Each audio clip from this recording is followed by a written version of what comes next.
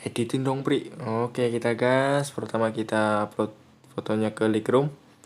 Oke kita buka Lightroom. Kita gunakan preset yang di YouTube saya. Diutak-atik sedikit. Bagian bawah masih hitam, kita pakai selektif. Disesuaikan sendiri saya enak mungkin. Diutak-atik. Oke bentar. Kita ekspor. Oke salah ekspor. Kita buka dimensi terkecil. Kita kirim.